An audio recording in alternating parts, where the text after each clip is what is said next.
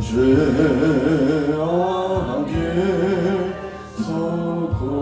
건지시 주내고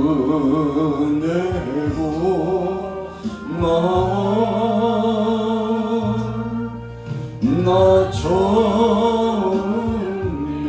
믿은 그 시간 귀한 복이 하다 이제껏 내가 산 것도 주님의 은혜라 또 나를 장차 복량에 인도해 주시리.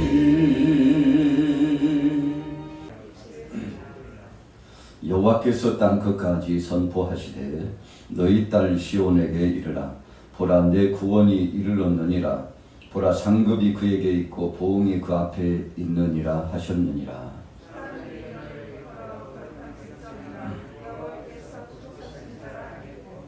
또 너를 일컬어 찾은 바 된 자요 버림받지 아니한 성읍이라 하니라. 아멘. 오늘 수요일 아침 본문 말씀 이사야 62장 1절에서 12절 말씀을 가지고 쉬지 않고 열심을 내시는 하나님, 쉬지 않고 열심을 내시는 하나님이라고 한 제목으로 함께 은혜를 나누고자 합니다. 왜 하나님께서 이렇게 열심을 내셨을까요?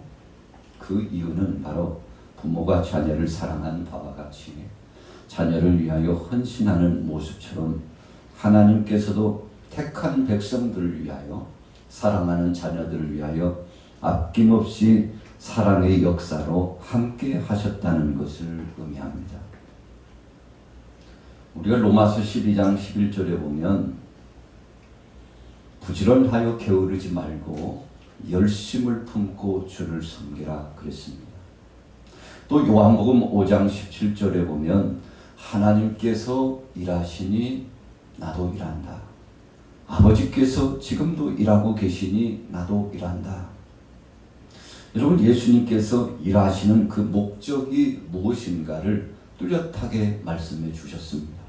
그 일하시는 목적이 첫째는 하나님께 영광을 돌리고 복음주의적인 생명에 살아있는 하나님의 말씀을 전하고 무생명들을 살리시기 위해서 그렇게 행하셨습니다. 아주 분주하게 사역을 진행하셨습니다. 3년 동안 공생애를 진행하시면서 예수님은 심지어 인자는 머리 둘 곳이 없다 그랬어요.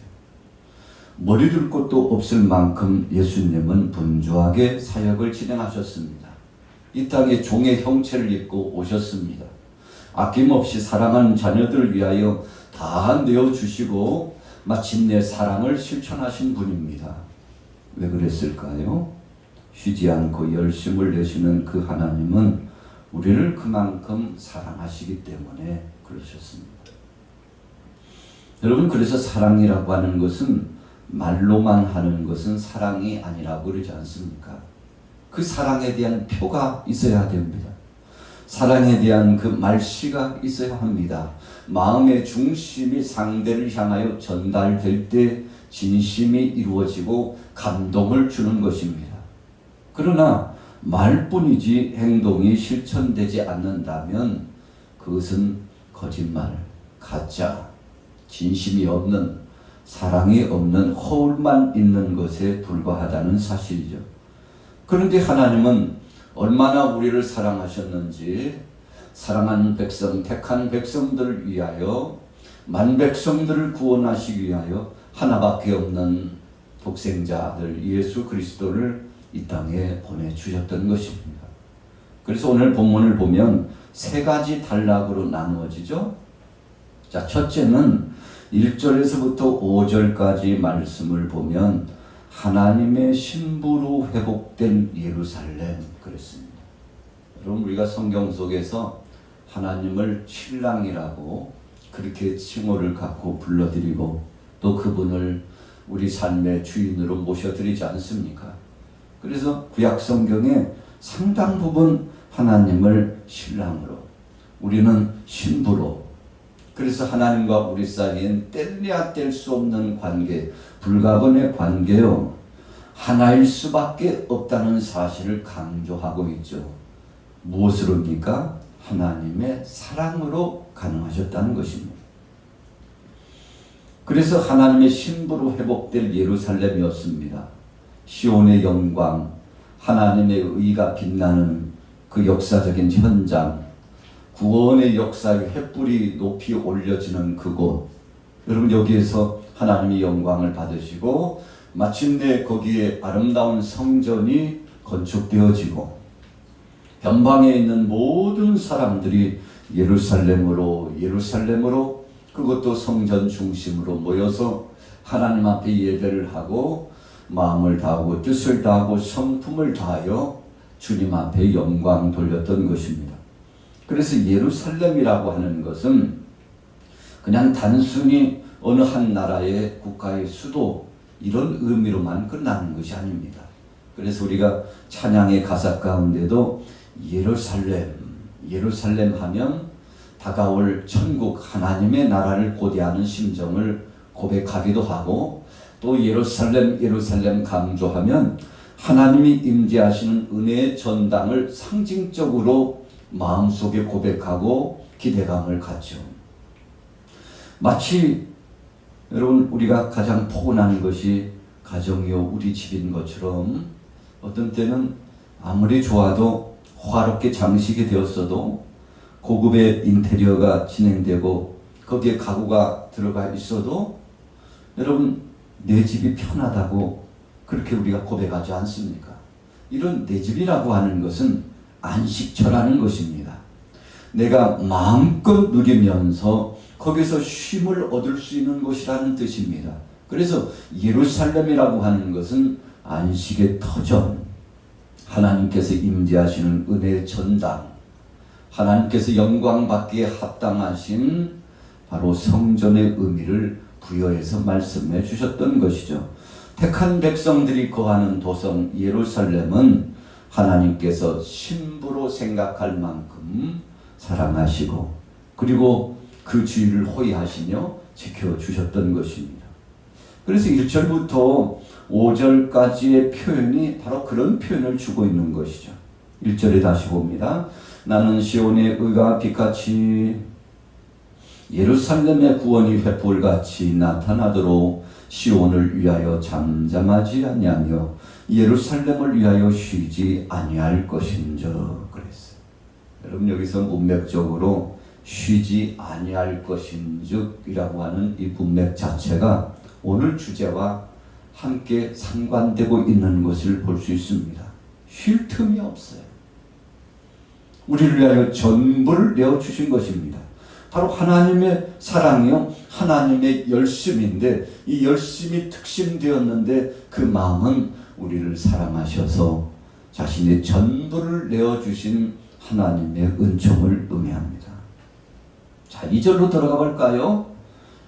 이사야 62장 2절 이방 나라들이 내 공의를 묻 왕이 다 내 영광을 볼 것이요 너는 여호와의 입으로 정하실 새 이름으로 일컬음이 될 것이며 너는 또 여호와의 손에 아름다운 관대 하나님의 손에 왕관이 될 것이니라 그랬어요. 여러분 새 이름이 지어졌다는 것은 새로운 심령, 새로운 피조물이 되었다는 것을 의미합니다. 여러분 바꾸어지는 역사가 있다는 것이죠. 이전 것은 다 지나갔습니다. 보라 새 것이 되었도다. 하나님의 은총이 임했고 하나님의 긍휼하심이 임했습니다. 그래서 내 하나님의 손에 왕관이 될 것이다. 참 귀하고 보배로운 존재가 된다는 것입니다. 4절에 보세요. 다시는 너를 버림받은 자라 부르지 아니하며 다시는 내 땅을 황무지라 부르지 아니하고. 여러분 전쟁이 휩쓸고 지나간 그 도시와 그 나라는 피폐해집니다. 그래서 먹을 것도 그리고 쉴 공간도 사람들과의 관계성, 이 회복의 역사도 까마득합니다. 여러분 여기저기서 연기가 나고 파괴되어져 버린 가옥들이 보이고 죽은 시체의 썩은 냄새가 나고 그래서 맹수떼들과 들짐승들이 우글거리고 여러분 우리가 가정에서 기르는 여러 가지 애완동물들이 있지 않습니까? 그런데 어떤 때는요 그렇게 잘 기르고 사랑을 받던 애완동물들이 여기저기 길거리로 이렇게 버려지는 그런 참 안타까운 모습들이 있지 않습니까? 한때요 IMF를 지나면서 상당 부분 많은 애완동물들이 버려졌지 않습니까? 요즘도 보면 흔하게 보여져요. 여러분 그래서 동네마다 이 들짐승들이 아우성을 치면서 여러분 주인을 만나지 못하고 사람들과 함께하지 못하는 참 그 모습, 그래서 짐승들이 살고 있는 그 모습, 짐승들이 누리고 있는 그 무대를 보면요 그 시간과 그 시절 그 세계를 우리가 체크해 볼 수 있습니다. 여러분 그런데 전쟁이 휩쓸고 지나간 그 땅을 보니까 맹수떼들이 우글거리고 들짐승들이 우글거려요. 여러분 그래서 사람이 살 수 없는 땅이 되었습니다. 황폐한 땅이 되었습니다. 그런데 하나님 뭐라고 말씀합니까? 다시는 너를 버림받은 자라 부르지 아니하며 다시는 내 땅을 황무지라 부르지 아니하고 이 다시는이라고 표현하는 것은 하나님의 애절하신 모습이에요. 여러분 사랑하는 아이가 다쳤어요. 사랑하는 내 딸, 내 아들이 참 공공함 속에서 힘겨워해요. 병약한 모습이에요. 곧 쓰러지고 죽을 것만 같아요. 부모의 그 모습이 어떻겠습니까? 참 애절한 모습, 사랑스러운 모습으로 자신의 속에 있는 가장 좋은 것을 다 빼넣어 주서라도 사랑하는 자녀를 위해서 헌신하고자 하는 것이 부모의 심정 아니겠습니까? 하나님께서 이 택한 백성 이 예루살렘을 보시면서 유다 백성들을 보시면서 하나님의 마음이 찢어질 듯한 아픔이 있었죠. 때리셨지만 상처 가진 그 몸을 보고 그 정신을 보고 그 영혼을 보면서 하나님이 얼마나 안타까워하시고 기다리셨는지 몰라요. 그래서 하나님 말씀하셔요. 다시는 이제는 그러지 않을 거야. 여러분 이런 확정적인 약속의 말씀을 주시는데 오늘 이사야 선지자의 선포적인 그 입술에 그 마음에 힘이 들어갔을 것입니다. 희열이 넘쳤을 것입니다. 왜요? 하나님의 징계와 심판을 선포할 때마다 여러분 마음이 얼마나 저리고 안타까웠겠습니까? 그러나 이제는 하나님이 회복하시고 하나님의 사랑의 손길로 일으켜 주시고 하나님께서 책임져 주신다는 말씀을 전할 때 여러분 우리가 비호를 전할 때는 상대에게도 좀 안타깝고 미안감이 있고 그래요. 이런 소식을 전해서 죄송합니다. 좋은 소식을 전해드려야 되는데 안절부절해요. 마음이 편치 않아요.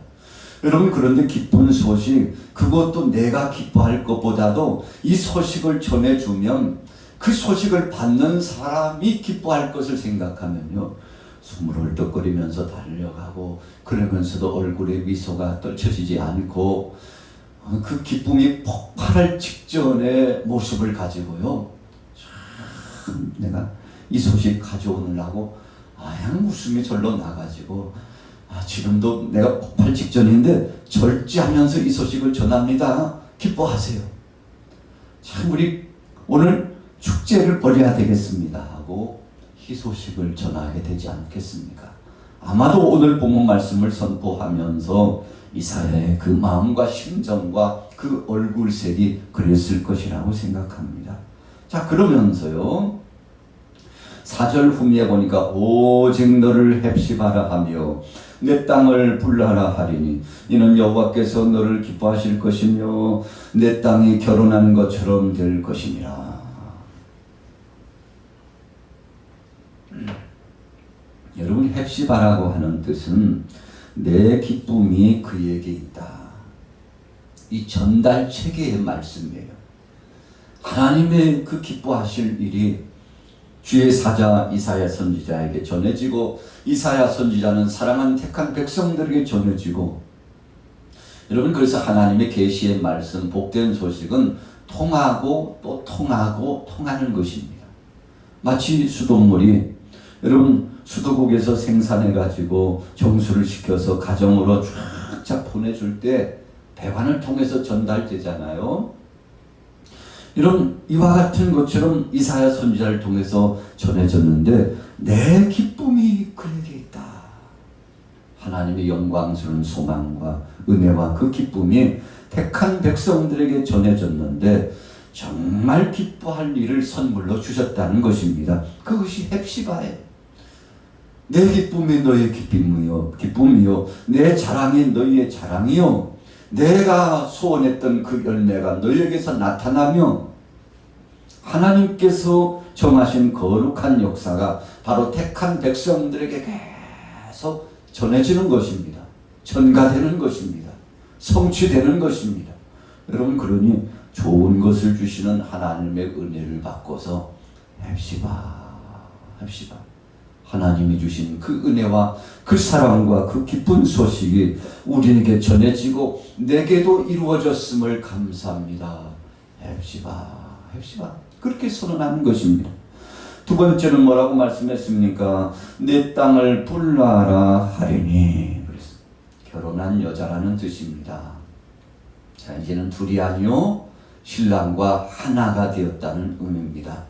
내가 기쁜 소식을 너에게 전하노니 너는 이제 혼자가 아니요 나와 함께한 하나같이 된 신부가 되었노라, 이런 뜻이죠. 그래서 헵시바라, 불나라 라고 하는 의미는 내가 너를 다시는 놓지 않고, 내가 너를 사랑하며 내가 너를 위하여 최고의 것을 선물로 주며 이제 너와 더불어서 동고동락하리라. 예루살렘이여, 유다 백성들이여, 이제는 낙심하지 말고 절대로 내가 붙잡은 손이 놓지 않으며 너와 나 사이에는, 너희들과 나 사이에는 불가분의 관계로 신랑과 신부와 같은 관계가 되리니 두려워하지 말고. 그 다음에 말씀했죠. 4절 후에 이는 여호와께서 너를 기뻐하실 것이며 내 땅이 결혼한 것처럼 될 것이니라. 그랬어. 우리 같이 따라해 보겠습니다. 너의 땅이 결혼한 것처럼 될 것이니라. 자, 직역해 보면요, 제 해석해 보면 다시는 그 땅을 빼앗기지 않으리라, 그런 말씀이에요. 여러분, 결혼했다는 것은 하나님이 떼어놓지 않은 이상은 불가분의 관계가 되었다는 거예요. 그것이 바로 결혼의 원리입니다. 하나님의 뜻이에요. 여러분, 그런데 내 땅이 결혼한 것처럼 될 것이니라 말씀했으니, 추워도 주변 변방의 세력들이, 이방 나라 사람들이 이 땅을 취하여 넘보지 못하리라. 그래서 다시는 너희가 이제 이 땅을 떠나지 않고 이 땅에서 누리면서 살게 되리라. 여러분, 하나님의 이 약속은 오늘날까지도 계속 이루어지고 있지 않습니까? 팔레스타인 그 땅, 예루살렘, 아브라함이 번제물을 올려드릴 때 자신의 아들 독자 이삭을 모리아산에 가서 하나님 앞에 올려드릴 만큼 결단적인 순종과 믿음을 보여 올려드렸는데 하나님이 흥량하시고 그것을 받으셨어요. 바로 거기가 예루살렘 성전이 건축된 장소였잖아요. 여러분, 어쩌다 보니까 우연히 된 것이 아니라 하나님은 믿음의 터 위에 반드시 역사하시고 일하신다는 것입니다. 여러분, 그래서 오늘날도 참 환난의 때를 통과하고 있습니다만 믿음의 사람을 찾고 계세요. 한 사람 예배자, 믿음의 사람, 변치 않는 믿음을 가지고 있는 정말 열매 맺는 사람, 그 사람을 찾으시면 그를 통해서 영광을 받으십니다. 사람의 숫자요? 여러분, 우리들은 그 수를 너무 중요시 여김으로 말미암아 수가 적으면은 탄식하고 안타까워하고 시리에 빠지고, 수가 많으면 뭔가 이룰 것처럼 대단한 것처럼 생각하고, 여러분, 그러나 하나님의 역사는 수가 많든지 적든지 믿음을 보시는 거예요. 그래서 오늘 이 아침에 나오신 여러분들의 믿음을 보시고 하나님이 책임져 주신다는 뜻입니다. 자, 보세요. 5절에 마치 청년이 처녀와 결혼한 같이 내 아들들이 너를 취하겠고 신랑이 신부를 기뻐한 같이 내 하나님이 너를 기뻐하시리라. 하나님이 기뻐하시리라. 여러분, 신랑 되신 그분이 신부를 얼마나 사랑하는지 몰라요.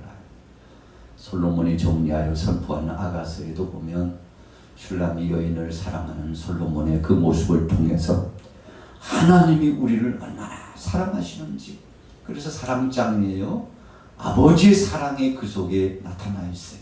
그래서 오늘 본문 말씀 이사야 62장 1절에서 12절의 말씀은 쉬지 않고 열심을 내셨는데 사랑의 열정을 우리에게 선물로 주신 그 내용의 말씀 아닙니까? 여러분, 그래서 이제 결론입니다. 6절부터 9절까지의 말씀은 예루살렘을 지키시는 하나님이에요. 하나님께서 지켜주시고 보호하시니 걱정도 하지 말라. 이게 바로 두 번째 단락의 말씀입니다. 여러분, 중간절에 보세요. 8절 후미에 보면 내가 다시는 내 곡식을 내 원수들에게 양식으로 주지 아니하겠고 네가 수고하여 얻은 포도주를 이방인이 마시지 못하게 할 것인지. 여러분, 내가 일하고 수고했는데 땀을 흘리고 많은 결실을 가졌는데 어떤 사람은요, 그거 먹어보지도 못하고 죽는 사람 많아요. 돈이 있는데 쓰지도 못하고 죽는 사람 많아요. 왜 그렇습니까? 생명은 하나님께 있기 때문에. 여러분, 그래서 우리가 자랑하되 하나님을 자랑하고 하나님 영광 드러내야 하는 것입니다. 하나님이 지켜주셔야 된다는 것입니다. 그래서 택한 백성 예루살렘, 이 사랑하는 백성들에게 내가 너를 지켜주리니 이제는 걱정하지 마. 내가 책임져 줄게. 내가 지켜줄게. 두려워하지 마. 바로 이 말씀이 두 번째 단락이에요. 오늘 여기에 참여하신 여러분들의 가정에 하나님의 보호하심을 받고 있는 줄 믿으시기 바랍니다. 자, 마지막에 결론에 보면요, 10절에서 후미의 말씀 12절까지 보세요. 예루살렘으로 돌아오는 길 그랬어요. 여러분, 참 그 예루살렘을 떠날 때 그 순간을 한번 생각해 보세요. 참 정처 없이 소망도 없이 얼마나 고통을 당하면서 떠나갔습니까? 그런데 하나님이 돌아오게 하셨어요. 그리고 예루살렘을 재건하게 하셨어요. 성전도 재건축하게 하셨어요. 여러분, 다시금 회복됐다는 거 감격스러운 것이죠. 그런데 하나님이 그렇게 하도록 해주셨다는 것입니다. 10절에 보세요. 성문으로 나아가라 나아가라. 백성이 올 길을 닦으라. 큰 길을 수축하고 수축하나 돌을 제하라. 만민을 위하여 갓기치를 들라. 만천하에 선포하는 거예요. 여호와께서 택한 백성들을 버리지 아니하시고 지키시고 보호하셔서 인도하셨도다. 여러분, 그래서 바벨론 포로로 끌려갈 때는 이방인들이 얼마나 비웃었는지 몰라. 야, 여호와 하나님께서 백성들을 인도하셔서 약속의 땅에 살게 하시더니, 야, 그렇게도 자랑하던, 야, 그렇게도 경배하고 찬양하고 영광 돌렸던 그 하나님이 자기 백성을 치시고 그리고 이방 변방의 족속들에게 짓밟힘을 당하게 하고 나라를 빼앗기고 심지어는 성전도 파괴되었다지. 여러분, 얼마나 말하기 좋은 이방인들이 그렇게 수군거렸을까요? 그런데 하나님께서 보란듯이 이방인들에게 선포하시도록 하신 거예요. 내 백성은 내가 책임진다. 때가 되매 맞은 그 흔적의 상처도 치유하시고 마음의 상처도 육체와 그 영혼을 회복하여 주셔서 온전한 모습으로 하나님이 돌이켜 주셨는데 이방인들이 깜짝 놀라게 되었어요. 11절에 보세요. 여호와께서 땅끝까지 선포하시되 너희는 딸 시온에게 이르라. 보라, 내 구원이 이르렀느니라. 보라, 상급이 그에게 있고 보응이 그 앞에 있느니라 하셨느니라. 상급과 보응이 있어요. 여러분, 그래서 상급이라고 하는 것은 하나님께서 우리에게 그에 마땅한 믿음만큼, 수고하고 헌신한 만큼 하나님께서 큰 상을 주십니다. 그러나 공의로운 하나님은 정말 심판받아야 될 자는 심판하셨다는 것입니다. 회개하지 못하고 하나님 앞에 돌아오지 못한 자에 대해서는 분명한 보응의 심판이 있다는 사실입니다. 이렇게 함으로써 택한 백성들을 위로하셨어요. 여러분, 그래서 공의와 사랑이 실현될 때 비로소 우리가 평화를 누리고 하나님 앞에 감사 감격할 수밖에 없는 거 아니겠습니까? 오늘 결론의 말씀입니다. 12절에 우리 같이 한번 읽어보도록 하겠습니다. 12절 시작.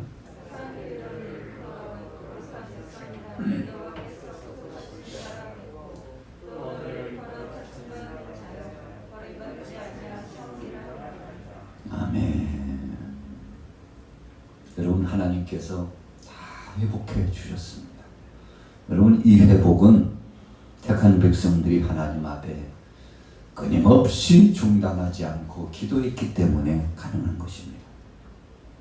그래서 에스겔 36장 37절에 보면 이스라엘 족속이 이같이 자기들에게 이루어 주시기를 내게 구하여야 할지니라 그랬어요. 여러분, 하나님은 택한 백성들이 기도해서 하나님 앞에 간절히 청원하기를 기다리고 계세요. 어떤 사람은요, 하나님이 귀먹었나? 하나님이 그까짓 거 모르겠어. 다 아셔서 알아서 해주신다니까. 우리가 그렇게 생각할 수도 있죠. 무소부재하신 하나님, 전지전능하신 하나님이 그렇게 하실 수 있습니다. 그런데 하나님의 뜻은 성경에 여러 군데 여러분 말씀하셨는데 구하라고 말씀하셨어요. 기도하라고 말씀하셨어요. 에스겔 36장 37절의 말씀 속에서도 내 백성들이 이 이스라엘이 내게 좀 간절히 기도했으면 좋겠다. 그렇게 기도하면 그 부르짖음을 듣고 내가 응답할 텐데. 여러분, 기도가 아무것도 아닌 것이 아니에요. 이번에 특별 새벽 기도회를 지나면서 여러분들에게 이 기도를 통해서 큰 응답이 체험되어지시게 되시기를 예수님의 이름으로 축복합니다. 오늘 하나님 말씀하십니다. 쉬지 않고 열심을 내시는 하나님, 이 하나님 사랑의 하나님의 그 영광스러운 능력의 역사가 여러분들의 가정과 생업과 이 나라 이 민족과 범사에 충만하고 응답의 역사가 이루어지게 되기를 예수님의 이름으로 축원합니다.